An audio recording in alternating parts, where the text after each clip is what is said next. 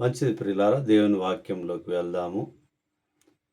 శాశ్వతము అనే అంశాన్ని మనం ఈ రాత్రి కాలమందు జ్ఞాపకం చేసుకుందాము. లేవియ కాండము 25వ అధ్యాయము 23వ వచనాన్ని మనం చూద్దాం. లేవియ కాండము 25వ అధ్యాయము 23వ వచనాన్ని చూద్దాం. భూమిని శాశ్వత విక్రయము చేయకూడదు. ఆ భూమి నాదే, మీరు నా యొద్ద కాపురమున్న పరదేశులు. దేవుని వాక్యం సెలవిస్తున్నది ఏమిటి అని అంటే, ఈ లోకంలో దేవుడు మనకిచ్చినటువంటి భూమిని అమ్మవద్దు, మీరు పరదేశులుగా ఉంటూ ఉన్నారు, ఆ భూమి శాశ్వతమైంది, నాదే అని చెప్పి దేవుని వాక్యము లేవియ కాండము 25వ అధ్యాయము మరియు 23వ వచనంలో మనకు గుర్తు చేయబడుతూ ఉన్నది.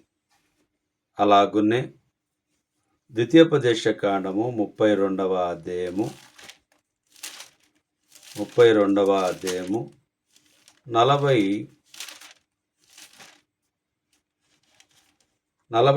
వచనాన్ని మనం చూద్దాం ప్రియులారా. 42. చంపబడిన వారి రక్తమును, చెరపట్టబడిన వారి రక్తమును, శత్రువులలో వీరుల తలలను నా ఖడ్గము భక్షించును. నేను ఆకాశము తట్టు నా హస్తమెత్తి నా శాశ్వత జీవము తోడని ప్రమాణము చేయుచున్నాను. ఇక్కడ మనం ఆలోచన చేస్తే ఈ 42వ వచనాన్ని మనం చూసాము. ఈ 32వ అధ్యాయంలో ఉన్నటువంటి ప్రాముఖ్యమైన విషయాన్ని మనం ఆలోచన చేస్తే, దేవుని సర్వసంపూర్ణతలను వివరించుచున్న మోషే గారు మరి దేవుని గురించినటువంటి సర్వ సంపదలను గురించినటువంటి విషయాలను మోషే గారు మనకు గుర్తు చేస్తూ ఉంటున్నారు. మరి దేవుని యొక్క వాక్యాన్ని దేవుని యొక్క వెలుగులో మనం చూసినప్పుడు మరి చాలా విషయాలు మనకు అర్థమవుతూ వస్తూ ఉన్నాయి. అలా మొట్టమొదట మనం చూసాము, భూమి నాది, మీరు పరదేశులై ఉంటూ ఉన్నారు అనేటటువంటిది. రెండోది మనం చూసాము, ద్వితీయోపదేశ కాండము 32వ అధ్యాయము 42వ వచనాన్ని మనం చూసాము. అలాగునే ప్రియులారా, ఇప్పుడు 33వ అధ్యాయాన్ని చూద్దాం. ద్వితీయోపదేశ కాండం 33వ అధ్యాయము 27వ వచనాన్ని చూసినప్పుడు, శాశ్వతుడైన దేవుడు నీకు నివాస స్థలము నిత్యముగా నుండు, బాహువులు నీ క్రింద నుండును. ఆయన నీ ఎదుట నుండి శత్రువును వెళ్ళగొట్టి నశింపజేయుమనెను. శాశ్వతుడైన దేవుడు నీకు నివాస స్థలము నిత్యముగా నుండు, బాహువులు నీ క్రింద నుండును. ఆయన నీ ఎదుట నుండి శత్రువును ఎల్లగొట్టి నశింపజేయుమనెను. ఈ లేఖనాన్ని మనం చూసినప్పుడు 24 నుంచి చూసినప్పుడు, అషేరును గురించి ఇట్లా నేను, అషేరు తన సహోదరుల కంటే ఎక్కువగా ఆశీర్వదింపబడును. అతడు తన సహోదరుల కంటే కటాక్షము నొందును. తన పాదములను తైలములో ముంచుకొనును. నీ కమ్ములు ఇనుపవియు ఇత్తడివియు నై ఉండును. నీవు బ్రతుకు దినములలో నీకు విశ్రాంతి కలుగును. యేషూరును దేవుని పోలిన వాడెవడును లేడు. ఆయన నీకు సహాయము చేయుటకు ఆకాశవాహనుడై వచ్చును. మహోన్నతుడై మేఘవాహనుడగును. శాశ్వతుడైన దేవుడు నీకు నివాస స్థలము నిత్యముగా నుండు, బాహువులు నీ క్రింద నుండును. ఆయన నీ ఎదుట నుండి శత్రువును వెళ్ళగొట్టి నశింపజేయును. ఈ యొక్క 33వ అధ్యాయాన్ని మరి 27వ వచనాన్ని మనం చూసినప్పుడు, ఇందులో ఉన్నటువంటి విషయాన్ని చూస్తే 12 గోత్రములకు ఉన్న దీవెన గురించి, అలాగునే 26 నుంచి మహోన్నతమైన స్థితి గురించి ఈ యొక్క లేఖనము మనకు తెలియపరచబడుతుంది. మహోన్నతుని స్థితి గురించి మనకు తెలియపరచబడుతూ ఉంటున్నది. అవును ప్రియమైనటువంటి సహోదరి సహోదరులారా, శాశ్వతము అనేటటువంటి అంశం ద్వారా కొన్ని విషయాలను ఈ రాత్రి కాలమందు మనం తెలుసుకోబోతూ ఉంటుండగా, దేవుని చిత్తము ఈ యొక్క శాశ్వతము అనే అంశం ద్వారా ఏవైతే దేవుడు మనతో మాట్లాడాలని ఆశ కలిగి ఉంటున్నాడో వాటిని ఈ రాత్రి కాలమందు మనము జ్ఞాపకము చేసుకుంటూ ఉన్నాం. ఈ రాత్రి కాలమందు జ్ఞాపకం చేసుకుంటూ ఉన్నాం. ఎందుకు అనంటే దేవుని యొక్క శాశ్వతమైనటువంటి ప్రేమ చాలా ప్రాముఖ్యమై ఉంటూ ఉన్నది. దేవుడు శాశ్వతముగా మనల్ని ప్రేమిస్తూ ఉన్నాడు. దేవుడు మనల్ని శాశ్వతంగా ప్రేమిస్తూ ఉన్నాడు. కాబట్టి ఆయన ప్రేమ నుండి మనము ఎడలిపోకుండగా మరి దేవుని యొక్క కృపను బట్టి మనం ముందుకు కొనసాగేటటువంటి వారిగా మనం ఉండాలి. అలాగున్నే దేవుని యొక్క వాక్యాన్ని మనం చూస్తే ఇంకా కొన్ని విషయాలను మనము చూద్దాం. మొదటి సామ్యుయేలు గ్రంథము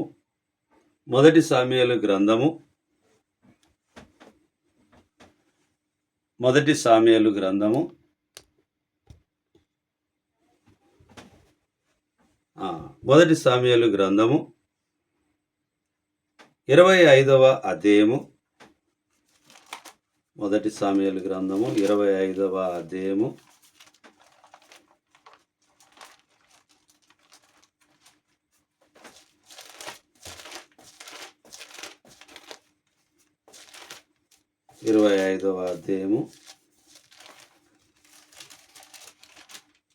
28వ వచనాన్ని మనం చూద్దాం. 25-28.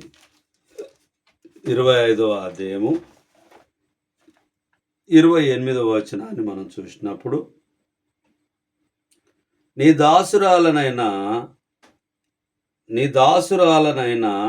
నా తప్పు క్షమించుము, నా ఏలిన వాడవగు నీవు యెహోవా యుద్ధములను చేయుచున్నావు గనక నా ఏలిన వాడవగు నీకు ఆయన శాశ్వతమైన సంతతినిచ్చును. నీవు బ్రతుకు దినములన్నిటను నీకు అపాయం కలుగకుండును. నీవు బ్రతుకు దినములన్నిటిలోనూ మరి అపాయము కలగకుండగా దేవుడు కాపాడుతాడు అనేటటువంటి విషయాన్ని ఈ లేఖనంలో మనం చూస్తూ ఉన్నాం. ఎందుకు ఈ లేఖనాన్ని మరి ఈ శాశ్వతమైనటువంటి విషయాన్ని మనం అంశంగా పెట్టుకొని మాట్లాడుతూ ఉంటూ ఉన్నాం. మరి మొట్టమొదట చూస్తేనేమో భూమి నాది అని దేవుడు అన్నాడు, దేవుని వాక్యం చెప్పింది. రెండోదిగా చూసినప్పుడు మరి ఖడ్గం చేత వారిని శాశ్వతంగా తీసివేస్తాను అనేటటువంటి విషయాన్ని చూశాము. ద్వితీయోపదేశ కాండాన్ని చూశాము, అలాగునే లేవియ కాండాన్ని చూశాము. ఇప్పుడు సమూయేలు మొదటి గ్రంథము 25వ అధ్యాయము అలాగునే 28వ వచనం చూసినప్పుడు, నీ దాసురాలునైన నా తప్పు క్షమించుము, నా ఏలిన వాడవగు నీవు యెహోవా యుద్ధములను చేయుచున్నావు గనక నా ఏలిన వాడవగు నీకు ఆయన శాశ్వతమైన సంతతినిచ్చును. నీవు బ్రతుకు దినములన్నిటను నీకు అపాయము కలుగకుండును అనేటటువంటి విషయాన్ని మనం చూస్తూ ఉన్నాం. ఇక్కడ మనం చూసినప్పుడు 24 నుంచి మనం చూస్తే అబిగయాలు దావీదును శాశ్వతపరచుట గురించి, మరి 38 నుంచి చూసినప్పుడు నాబాలు మరణం గురించి మనం చూస్తూ ఉన్నాం. అవును ప్రియమైనటువంటి వారలారా, శాశ్వతమైనటువంటి ఆలోచన, శాశ్వతమైనటువంటి ఉద్దేశము దేవునికి మన పట్ల ఉన్నది.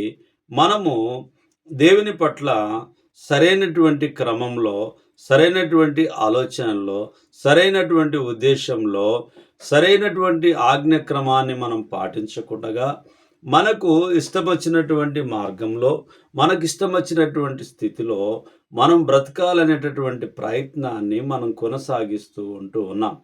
అందుకనే దేవుని వాక్యం ఈ రాత్రి కాలమందు శాశ్వతము అనే అంశం ద్వారా ఏమైతే చెప్పబోతూ ఉన్నావో వాటిని మనము నెమరేసుకుందాం ప్రియులారా, నెమరేసుకుందాం. మొదటి రాజుల గ్రంథము 10వ అధ్యాయము 9వ వచనాన్ని మనం చూద్దాం. మొదటి రాజుల గ్రంథము 10వ అధ్యాయము 9వ వచనాన్ని మనం చూద్దాం. 10:9.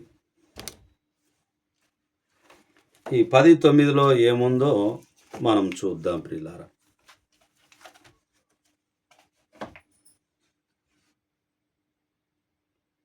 నీయందు ఆనందించి నిన్ను ఇశ్రాయేలీల మీద రాజుగా నియమించిన నీ దేవుడైన యెహోవాకు స్తోత్రము కలుగును గాక. యెహోవా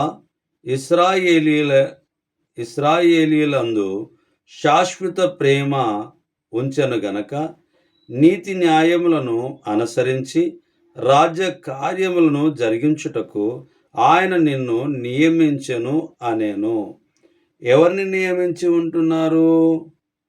షేబా దేశపు రాణి సొలొమోనును జ్ఞానమును అభినందించటి గురించి ఇక్కడ రాయబడి ఉన్నది. మరి ఈ అభినందించేటటువంటి విషయాల్లో చూసినప్పుడు దేవుని వాక్యం గుర్తు చేయబడుతున్నది ఏంటంటే, నీయందు ఆనందించి నిన్ను ఇశ్రాయేలీల మీద రాజుగా నియమించిన నీ దేవుడైన యెహోవాకు స్తోత్రము కలుగును గాక. యెహోవా ఇశ్రాయేలీలందు శాశ్వత ప్రేమ ఉంచెను గనక నీతి న్యాయములను అనుసరించి రాజ్య కార్యములు జరిగించుటకు ఆయన నిన్ను నియమించెను అనెను. మరి నీతి న్యాయములను జరిగించడానికి ఎవరిని నియమించి ఉంటున్నాడు దేవుడు? మరి సొలొమోను గారిని నియమించినట్టుగా మనకి లేఖనం మనకు గుర్తు చేయబడుతూ ఉన్నది ప్రియులారా. ఈ లేఖనంలో మరి పరిశుద్ధ గ్రంథాన్ని మనం ఆలోచన చేసినప్పుడు ఆది కాండం నుంచి ప్రకటన గ్రంథం వరకు కూడా మనం ఆలోచన చేస్తే నీతి న్యాయముల గురించి, ప్రేమను గురించి, క్షమాపణ గురించి ఈ విషయాలు ఎక్కువగా మనకు తెలియపరచబడుతూ ఉన్నాయి. కాబట్టి ఈ నీతి న్యాయములు జరిగించడానికి దేవుడు నిన్ను ఏర్పాటు చేసుకొని ఉన్నాడు అనేటటువంటి విషయాన్ని షీబారాణి గారు గుర్తు చేసినటువంటి విషయాన్ని ఇక్కడ దేవుని వాక్యము గుర్తు చేయబడుతూ ఉన్నది. దేవుని వాక్యంలోకి ఇంకా ముందుకు మనం కొనసాగుదాము. 11వ అధ్యాయము, మొదటి రాజుల గ్రంథం 11వ అధ్యాయము 38వ వచనాన్ని మనం చూద్దాము. నేను నీకు ఆజ్ఞాపించినదంతయు నీవు విని నా మార్గములను అనుసరించి నడుచుచు నా దృష్టికి అనుకూలమైన దానిని జరిగించుచు నా సేవకుడైన దావీదు చేసినట్లు నా కట్టడలను నా ఆజ్ఞలను గైకొనిన ఎడల నేను నీకు తోడుగా ఉండి దావీదు కుటుంబమును శాశ్వతముగా నేను స్థిరపరిచినట్లు నిన్నును స్థిరపరిచి ఇశ్రాయేలు వారిని నీకు అప్పగించెదను. దేవుని వాక్యం గుర్తు చేయబడుతున్నది ఏమిటంటే, శాశ్వతంగా నీతి న్యాయములు ఎప్పుడైతే జరిగిస్తారో, దేవుని చిత్త ప్రకారంగా, ఆజ్ఞల ప్రకారంగా ఎప్పుడైతే నడుచుకుంటారో అప్పుడు మరి శాశ్వతముగా నేను మీకు స్థిరపరచినట్లు నిన్ను స్థిరపరిచి ఇశ్రాయేలు వారిని నీకు అప్పగించెదను అని చెప్పి గుర్తు చేయబడుతూ ఉన్నది. ఎవరికి గుర్తు చేయబడుతున్నది, ఎందుకు గుర్తు చేయబడుతున్నదని మనం ఆలోచన చేసినప్పుడు, సొలొమోను వృద్ధుడైనప్పుడు భార్యలు, ఉపపత్నులు అతనిని విగ్రహారాధనకు తీసుకొని పోయిరి. 9 నుంచి చూస్తే దేవుడు సొలొమోను మీద కోపపడెను. 14 నుంచి చూస్తే అతనికి విరోధముగా శత్రువులు లేచిరి. 41 నుంచి చూసినప్పుడు సొలొమోను మరణం గురించి చూడబడుతూ ఉంటున్నది. ఎందుకు దేవుని వాక్యము అనేకులతో మాట్లాడుతూ ఉంది, అనేకులకు తెలియపరచబడుతూ ఉన్నది. ఎందుకొరకు తెలియపరచబడుతున్నది అని అంటే, నీతి న్యాయములు జరిగించాల్సినటువంటి క్రమాన్ని, మరి దేవుని చిత్త ప్రకారంగా మనం ఉండాల్సినటువంటి క్రమాన్ని మనకు గుర్తు చేయబడుతూ ఉంటూ ఉన్నది. ఎవరికైనా రాజ్యాన్ని పరిపాలించిన నాయకులకు, అధికారులకు, అనధికారులకు, ఈ భూమి మీద నివసిస్తున్నటువంటి ప్రతి మానవునికి దేవుని వాక్యం గుర్తు చేస్తున్నది ఏమిటంటే, శాశ్వతంగా ఉండేటివి నీతి న్యాయములు మాత్రమే శాశ్వతంగా ఉంటవి అనేటటువంటిది దేవుని వాక్యం మనకు గుర్తు చేయబడుతూ ఉన్నది. అలాగున్నే మొదటి దినవృత్తాంతములు 28వ అధ్యాయము, మొదటి దినవృత్తాంతములు 28వ అధ్యాయము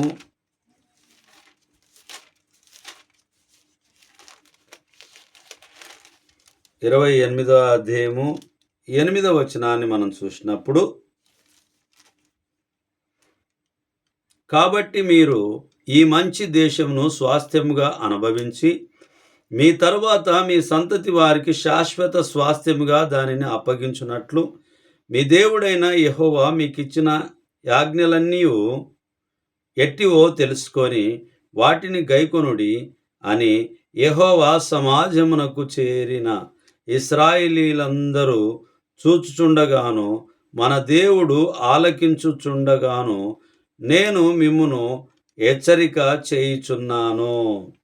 ఇక్కడ మనం చూసినప్పుడు ఈ యొక్క మొదటి దినవృత్తాంతములు 28వ అధ్యాయాన్ని మనం పరిశీలన చేసినప్పుడు, దేవునికి భయపడి ఉండుడని దావీదు జనులకు ఉపదేశం చేసిన విషయాన్ని, అలాగునే 9 నుంచి చూసినప్పుడు దేవుని మందిరమును కట్టుటకు అతడు సొలొమోనును ధైర్యపరచెను అనేటటువంటి విషయాన్ని ఇక్కడ మనకు గుర్తు చేయబడుతూ ఉన్నది. ఈ 8వ వచనం చూసినప్పుడు, కాబట్టి మీరు ఈ మంచి దేశమును స్వాస్థ్యముగా అనుభవించి మీ తరువాత మీ సంతతి వారికి శాశ్వత స్వాస్థ్యముగా దానిని అప్పగించినట్లు మీ దేవుడైన యెహోవా మీకు ఇచ్చిన ఆజ్ఞలన్నీ ఎట్టివో తెలుసుకొని వాటిని గైకొనుడి అవి అని యెహోవా సమాజమునకు చేరిన ఇశ్రాయేలీయులందరికీ చూచుండగాను మన దేవుడు ఆలకించుచుండగాను నేను మిమ్మును హెచ్చరిక చేయుచున్నాను అనేటటువంటి విషయాన్ని మరి చూస్తూ ఉన్నాం. మరి దేవుని వాక్యం గుర్తు చేస్తుంది ఏమిటి అని అంటే, మరి మీకు మాత్రమే కాదు మీ పిల్లలకు కూడా ఇది శాశ్వతంగా మీరు ఇవ్వాల్సిందిగా అని చెప్పి దేవుని వాక్యము గుర్తు చేయబడుతూ ఉన్నది. కాబట్టి ప్రియమైనటువంటి సహోదరి సహోదరులారా, మనము మరి దేవుని ఆలోచన ప్రకారంగా మనం ఉండాలి. 2వ దినవృత్తాంతముల గ్రంథము 20వ అధ్యాయము 7వ వచనాన్ని మనం చూద్దాం. 2వ దినవృత్తాంతములు 20వ అధ్యాయము 7వ వచనంలో ఏం చెప్పబడిందో చూద్దాం. నీ జనులైన ఇశ్రాయేలీల ఎదుట నుండి ఈ దేశపు కాపురస్తులను తోలివేసి నీ స్నేహితుడైన అబ్రహాము యొక్క సంతతికి దీనిని శాశ్వతముగా నిచ్చిన మా దేవుడవు నీవే. అవును ప్రియులారా, నీ జనులైన ఇశ్రాయేలీల ఎదుట నుండి ఈ దేశపు కాపురస్తులను తోలివేసి నీ స్నేహితుడైన అబ్రహాము యొక్క సంతతికి దీనిని శాశ్వతంగా నిచ్చిన మా దేవుడవు నీవే. మా దేవుడవు నీవే. అబ్రహాం గారికి వాగ్దానం చేసినటువంటిదిగా ఉంటున్నది. అబ్రహాం గారి విషయంలో దేవుడు కృప చూపించినటువంటి విషయాన్ని మనం చూస్తాము. మరి ఏదైనా తాను చెప్పిన ప్రకారంగా ఉన్నటువంటి వారికి శాశ్వతంగా ఇవ్వడానికి దేవుడు సిద్ధంగా ఉన్నాడనేటటువంటి విషయాన్ని మరి ఈ లేఖనం ద్వారా మనకు గుర్తు చేయబడుతూ ఉన్నది. అలాగునే 30వ అధ్యాయము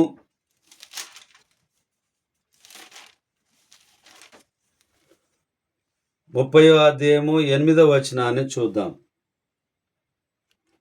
2వ దినవృత్తాంతములు 30వ అధ్యాయం 8వ వచనం.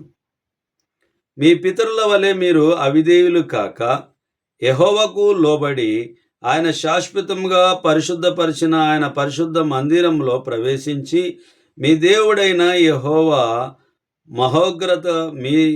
మహోగ్రత మీ మీది నుండి తొలగిపోవునట్లు ఆయనను సేవించుడి. మన యొక్క సేవించడము అయితే తండ్రితోనూ కుమారునితోనూ మనం ఉంటూ ఉన్నామనేటటువంటిది గుర్తు చేసుకుంటూ ఉన్నాం. యెహోవా ఉత్తముడని రుచి చూచి ఎరిగినటువంటి వారిగా మనం ఉంటున్నాం. అలాగునే యేసు ప్రభు వారిని పంపించి మానవాళి పాపంలోకెళ్ళి మరి పరిశుద్ధమైన రక్తాన్ని చిందించి కలంకం లేకుండగా ముడత లేకుండగా సరిచేసినటువంటి కుమారుని యందును దేవుని యందును మనము నమ్మకం ఉంచి దేవుని చిత్తాన్ని జరిగించే వారిగా మనం ఉంటూ ఉన్నాం. శాశ్వతమైన ప్రేమతో దేవుడు మనల్ని ప్రేమిస్తున్నాడనేటటువంటిది మనము గుర్తు చేసుకుంటున్నాం. శాశ్వతమైనది నీవు నాయడ చూపిన కృప, అనుక్షణం నన్ను కను పాపవలే కాచిన కృప, తల్లి తన బిడ్డలను మరచిన నీవు నన్ను మరువలేనంటివి. తల్లి తన బిడ్డల్ని మరచిన కూడా దేవుడు మనల్ని మరవని దేవుడై ఉంటూ ఉన్నాడు. మనము ఆయన ఆజ్ఞలను ఆలోచన ప్రకారంగా దేవుని చిత్త ప్రకారంగా జరిగించి ముందుకు కొనసాగేటటువంటి బాధ్యత భాగ్యము మనందరికి మానవాళికి అందరికీ దేవుడు అనుగ్రహించి ఉన్నాడు. ఆయన ఆజ్ఞలానుసారముగా మనము ముందుకు కొనసాగాలని చెప్పి దేవుని వాక్యం గుర్తు చేయబడుతుంది.